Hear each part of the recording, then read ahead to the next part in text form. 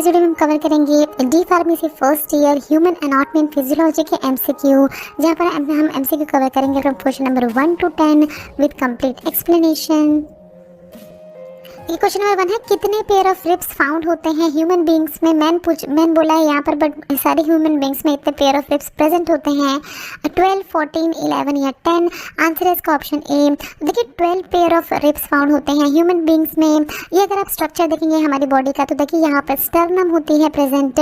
यहाँ पर देखिए ये रिब्स होते हैं, टोटल 12 पेयर्स के होते हैं। देखिए दोनों ही साइड पे होते हैं, इसलिए इनको पेयर बोला गया है।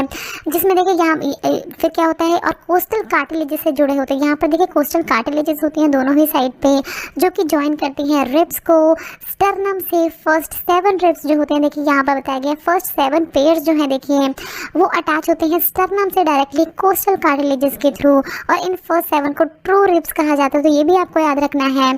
फिर देखिए ये 8, 9, 10 जो है, देखिए ये डायरेक्टली स्टर्नम से कनेक्टेड नहीं है, ये एक दूसरे के साथ यहाँ पर इंटरलॉक हो गए हैं, और ये 7th रिब की मदद से देखिए यहाँ पर ये कनेक्ट हो रहे हैं। तो इसीलिए इनको कहा जाता है, देखिए फॉल्स रिब्स कहा जाता है इन तीनों को ही, 8th, 9th, 10th को। एंड फिर लास्ट जो होते हैं 10th एंड 11, देखिए ये तो स्टर्नम से ज्वाइन होती नहीं है, कहीं भी ज्वाइन नहीं होती है। तो दैट इज वाई इनको क्या क्या कहा जाता है, देखिए फ्लोटिंग रिब्स कहा जाता है। यहाँ से इस तरह से देखिए ये प्रेजेंट होती है। क्वेश्चन नंबर 2 है, देखिए नेसल ग्रैन्यूल्स इनमें से कहाँ प्रेजेंट होते हैं। अकॉन्ट्रोसाइट्स, बोन सेल, मास्ट सेल या नर्व सेल। आंसर है इसका ऑप्शन डी। नेसल ग्रैन्यूल्स जो है देखिए नर्व सेल में प्रेजेंट होते हैं।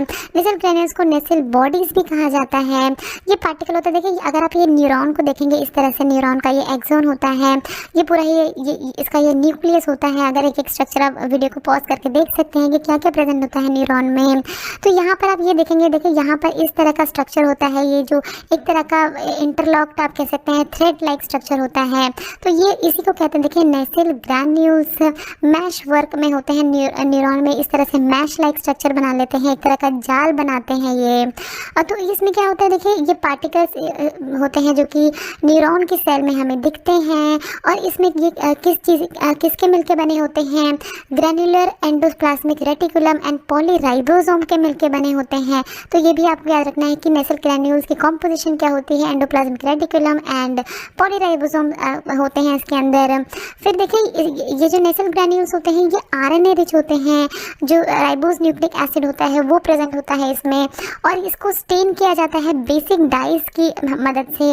मतलब जब भी इसकी टेस्टिंग करनी होती है, जब भी आपको पता ही होगा माइक्रोस्कोप के अंदर टेस्टिंग की जाती है, तो अगर हमें पता लगाना है कि नेसल ग्रैन्यूल्स कहाँ प्रेजेंट है न्यूरॉन्स में, तो ये पूरा ही जो न्यूरॉन जो एक पार्ट लिया जाता है सेल का, उसको स्टेन किया जाता है, मतलब बेसिक डाइज उसके ऊपर डाले जाते हैं, और फिर अंडर द माइक्रोस्कोप उसको देखा जाता है। तो ये स्टेन हो जाते हैं बेसिक डाइज से, जिससे कि आसानी से फाइंड आउट किया जा सकता है नेसल ग्रैन्यूल्स को। क्वेश्चन नंबर 3 है, देखिए प्लाज्मा में कितना अमाउंट ऑफ वाटर प्रेजेंट होता है। वाटर एक्सटेंट कितना होता है पूछा आपसे, 60%, 90%, 70% या 80%। आंसर है इसका ऑप्शन बी। तो देखिए प्लाज्मा में अराउंड 92% वाटर कंटेंट होता है। प्लाज्मा में बहुत ही ज़्यादा वाटर प्रेजेंट होता है। अब प्लाज्मा में ये देखिए होल ब्लड है, जो पूरा ही ब्लड विड्रॉ किया जाता है किसी भी पर्सन की बॉडी से, उसको जब सेंट्रीफ्यूगेशन पे भेजा जाता है, तो देखिए इस तरह से लेयर्स जो है वो सेपरेट हो जाती हैं। ये प्लाज्मा होता है जो कि 55% ऑफ टोटल ब्लड वॉल्यूम, इसका भी आपको परसेंटेज याद रखना चाहिए कितना अमाउंट में प्लाज्मा प्रेजेंट होता है। फिर देखिए सेकेंड जो सबसे ज़्यादा प्रेजेंट होता है वो होती है इरेथ्रोसाइट्स, आरबीसी, जो कि 45% of total blood volume present होती हैं, और अराउंड लेस देन 1% देखिए यहाँ पर प्रेजेंट होते हैं जो white blood cells, leukocytes and जो प्लेटलेट्स होते हैं वो प्रेजेंट होते हैं। तो देखिए यही आपको बताया गया है। तो 92% है टोटल कंटेंट। और फिर देखिए प्लाज्मा में क्या होता है, एल्ब्यूमिन प्रेजेंट होता है। एल्ब्यूमिन जो मेन प्रोटीन कॉन्स्टिट्यूएंट होता है। तो आपसे ये भी पूछा जा सकता है कि प्लाज्मा में सबसे ज़्यादा अमाउंट में कौन सा प्रोटीन प्रेजेंट होता है, तो वो एल्ब्यूमिन होता है। फिब्रिनोजेन प्रेजेंट होता है प्लाज्मा में, जो कि क्लॉटिंग के लिए रिस्पॉन्सिबल होता है, ब्लड क्लॉटिंग के लिए आपके बॉडी में। एंड ये ग्लोबुलिन्स प्रेजेंट होते हैं, जो कि जिसमें एंटीबॉडीज़ प्रेजेंट होती हैं। तो ये सारा ही होता है देखिए प्लाज्मा का कंटेंट। क्वेश्चन नंबर 4 है, इनमें से कौन सा ऐसा बॉडी का पार्ट है जिसमें ब्लड सप्लाई नहीं होती है? कार्टिलेज, कनेक्टिव टिश्यू, बोन या none of the above? Answer है इसका ऑप्शन ए। कार्टिलेज एक ऐसा पार्ट है देखिए हमारी बॉडी का जिसमें कोई भी ब्लड सप्लाई नहीं होती, जिसमें कोई ब्लड वेसल नहीं होती। ये आपको बता दें कि ये ए वस्कुलर होता है। अगर हम ये देखिए नी जॉइंट की बात करें तो यहाँ पर देखिए ये जो है ये कार्टिलेज प्रेजेंट होते हैं, आर्टिकुलर कार्टिलेज, मेनिस्कस होती है, ये यहाँ पर लिगामेंट्स होते हैं। तो फिर क्या होता है देखिए आर्टिकुलर कार्टिलेज में कोई डायरेक्ट ब्लड सप्लाई नहीं होती, जिसकी वजह से क्या होता है जो कॉन्ट्रोसाइट्स होते हैं, कॉन्ट्रोसाइट्स क्या होती है, ये ऐसी सेल्स होती हैं जो कि हेल्दी कार्टिलेज में प्रेजेंट होती हैं। तो हर सेल को आपको पता होगा हमारी बॉडी में हर सेल को न्यूट्रिशन चाहिए होता है, एनर्जी चाहिए होती है, बट क्योंकि यहाँ पर कोई ब्लड सप्लाई नहीं है तो क्या होता है ये सेल जो है अपना न्यूट्रिशन को रिसीव करती है diffusion from the surrounding environment. मतलब जो भी सराउंडिंग एनवायरनमेंट, जो भी इसको मसल सराउंड कर रही है, उन मसल से न्यूट्रिशन जो है वो डिफ्यूज़ होके इनकी जो कॉन्ट्रोसाइट सेल में एंटर करता है और उन्हीं उसी न्यूट्रिशन के थ्रू इसकी जो पूरी आर्टिकुलर कार्टिलेज है उसको एनर्जी मिलती है। फिर क्या होता है इसमें आपको बताया देखिए नेक्स्ट पॉइंट में कि जो कॉम्प्रिहेंसिव फोर्स, मतलब जो कार्टिलेज जो है तो देखिए इतना हाईली डिफ्यूज फॉर्म में होता है, बहुत ही ज़्यादा इसमें प्रेशर लगता है। ऊपर की मसल्स जो होती हैं उनका हमारी पूरी बॉडी की मसल्स का बहुत ही ज़्यादा प्रेशर लगता है कार्टिलेज पे। तो इस प्रेशर की वजह से भी क्या होता है कि जो न्यूट्रिशन है उसको डिफ्यूजन होने में आसानी होती है, न्यूट्रिशन एब्जॉर्ब हो पाता है आसानी से आर्टिकुलर कार्टिलेज में और इनको एनर्जी मिलती रहती है। क्वेश्चन नंबर 5 देखिए लाइफ स्पैन क्या होता है वाइट ब्लड सेल का ह्यूमंस में? 13 to 20 डेज आपको देखिए ड्यूरेशन दी गई हैं अलग अलग, 30 to 45, 50 to 60, 70 to 80। आंसर है इसका ऑप्शन ए 13 to 20 डेज होता है देखिए life span white blood cell का। यहाँ पर आपको ये बताया गया देखिए, और जिसके बाद क्या होता है 13 से 20 दिन के बाद ये जो वाइट ब्लड सेल है ये डिस्ट्रॉय कर दी जाती हैं लिम्फेटिक सिस्टम के द्वारा और फिर नई वाइट ब्लड सेल बनती हैं बोन मैरो के द्वारा। इस तरह से देखिए ये बोन में यहाँ पर मैरो प्रेजेंट होता है जहाँ से सारी जो सेल्स होती हैं प्लेटलेट्स बनती हैं, देखिए रेड ब्लड सेल्स बनती हैं। वाइट ब्लड सेल में देखिए lymphocyte, monocyte, eosinophil, basophil, neutrophil, ये सारी वाइट ब्लड सेल्स होती हैं, ये भी बनती हैं मैरो के द्वारा एंड प्लेटलेट्स फॉर्म होती हैं। फिर क्या होता है देखिए इसमें बताया गया इस पॉइंट में कि जब ये इमेच्योर वाइट ब्लड सेल जब बोन मैरो से रिलीज होके जो ब्लड सर्कुलेशन में आती है, पेरिफेरल ब्लड में आती है, ब्लड वेसल्स में आप कह सकते हैं जब फ्लो होने के लिए आती है, तो उस टाइम पे इन वाइट ब्लड सेल को बैंड्स एंड स्टैब्स कहा जाता है। ये भी बहुत ही इंपॉर्टेंट क्वेश्चन होता है एग्जाम पॉइंट ऑफ व्यू से कि जो इनिशियल स्टेज पे क्या कहा जाता है वाइट ब्लड सेल को, तो बैंड्स एंड स्टैब्स कहा जाता है। अगर इसमें देखिए आप देखिए तो अलग अलग वाइट ब्लड सेल्स होती हैं, granulocyte and agranulocyte, neutrophil, eosinophil, basophil granulocytes में आते हैं। एग्रैन्युलोसाइट में लिम्फोसाइट्स एंड मोनोसाइट्स आती हैं।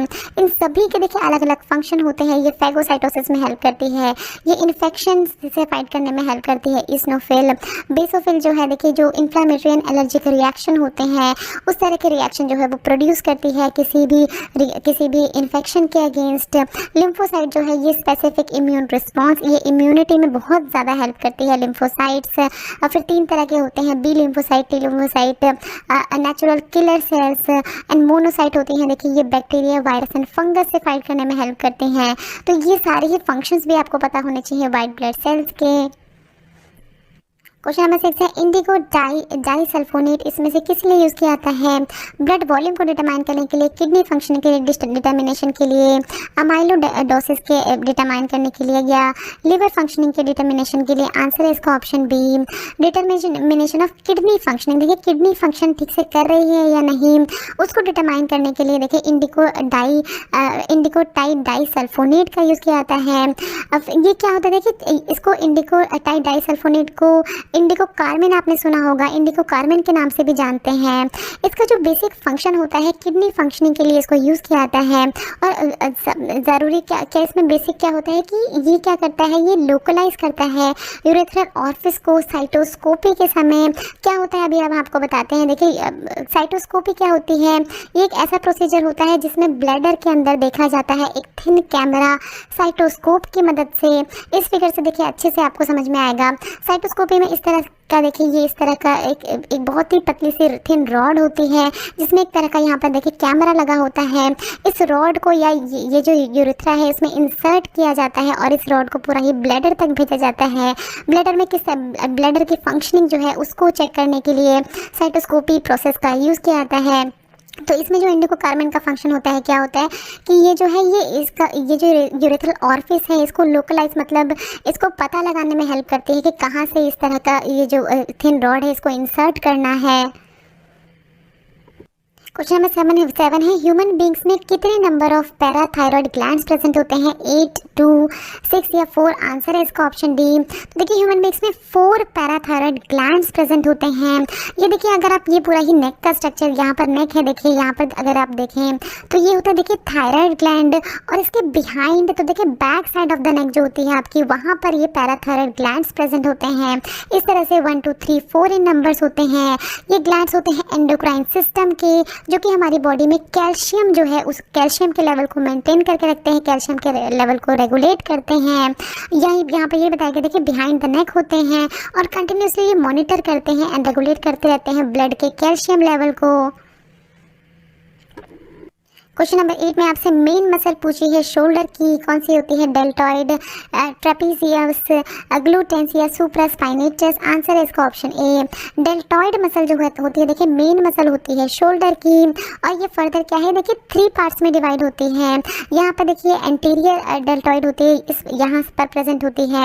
यहाँ पर होती है देखिए लेटरल डेल्टॉइड, अगर आप साइड व्यू में देखेंगे तो सामने ही होती है, जो सबसे सामने होता है उसको लेटरल डेल्टॉइड कहते हैं। एंड देन यहाँ पर होती है देखिए पोस्टीरियर डेल्टॉइड। फिर फर्दर क्या होता है देखिए डेल्टॉइड मसल, डेल्टॉइड को अगर आप इस तरह से देखेंगे यहाँ साइड व्यू से तो कहाँ से कहाँ तक एक्सटेंड करती है वो आपको इस पॉइंट में बताया गया। देखिए स्पाइन ऑफ स्कैपुला, देखिए स्कैपुला ये दोनों ही हमारी शोल्डर बोन्स होते हैं देखिए, क्लेविकल एंड स्कैपुला। तो देखिए स्कैपुला से लेके क्लेविकल के लेटरल पार्ट तक ये इस तरह से एक्सपेंड होती है। यहाँ पर देखिए क्वेश्चन नंबर 9 है सैक्रोलिमा, इसमें से क्या होती है, साइटोप्लाज्म ऑफ स्केलेटल मसल का साइटोप्लाज्म होता है, मेम्ब्रेन होती है स्केलेटल मसल की, साइटोप्लाज्म होता है हार्ट मसल्स का, या एंडोप्लाज्मिक रेटिकुलम होती है स्केलेटल मसल की? आंसर है इसका ऑप्शन बी। देखिए सैक्रोलिमा क्या होती है, मेम्ब्रेन होती है स्केलेटल मसल की। अगर आप ये देखिए स्केलेटल मसल फाइबर का स्ट्रक्चर अगर आप देखें तो एक तरह का देखिए ये एनवलप होती है, एक तरह की कवरिंग होती है मसल फाइबर की, जिसके अंदर देखिए सैक्रोलिमा है ये कवरिंग, इसके अंदर सैक्रोप्लाज्म प्रेजेंट होते हैं। फिर यहाँ पर देखिए मायोफिब्रिल्स प्रेजेंट होते हैं और यहाँ पर इनमें स्ट्रेशंस प्रेजेंट होते हैं। तो एक तरह की पूरी मसल बनती है स्केलेटल मसल, जिसके ऊपर इस तरह की कवरिंग होती है, एनवलप होता है सैक्रोलिमा का। सैक्रोलिमा जो है इसका बेसिक फंक्शन क्या होता है कि ये बैरियर की तरह एक्ट करती है एक्स्ट्रा सेलुलर और इंट्रासेलुलर जो मसल फाइबर होते हैं, मसल सेल्स होती हैं, उसमें एक तरह का बैरियर की तरह काम करती है, जिससे कि जो अंदर प्रेजेंट होते हैं जितने भी इसके जो भी इसके अंदर पार्ट्स प्रेजेंट है, सैक्रोप्लाज्म, माइक्रोफिब्रिल, स्टेशंस, उन सभी को ये एक तरह का प्रोटेक्ट करने का काम करती है अपने इनसाइड, अपने एनवेलप के इनसाइड। क्वेश्चन नंबर 10 पूछा है आपसे, देखिए कि कितने pair of intercostal muscles present होती हैं ह्यूमन बींग्स में, 14, 13, 12 या 11? आंसर है इसका ऑप्शन डी। तो देखिए 11 pair of intercostal muscles present होते हैं ह्यूमन बींग्स में। अभी हमने देखा था देखिए इस तरह का स्ट्रक्चर जहाँ पर ये स्टर्नम था, ये रिब्स होती हैं जो कि स्टर्नम से कनेक्टेड होते हैं, फर्स्ट 7 रिब्स इन कोस्टल कार्टिलेजेस के थ्रू।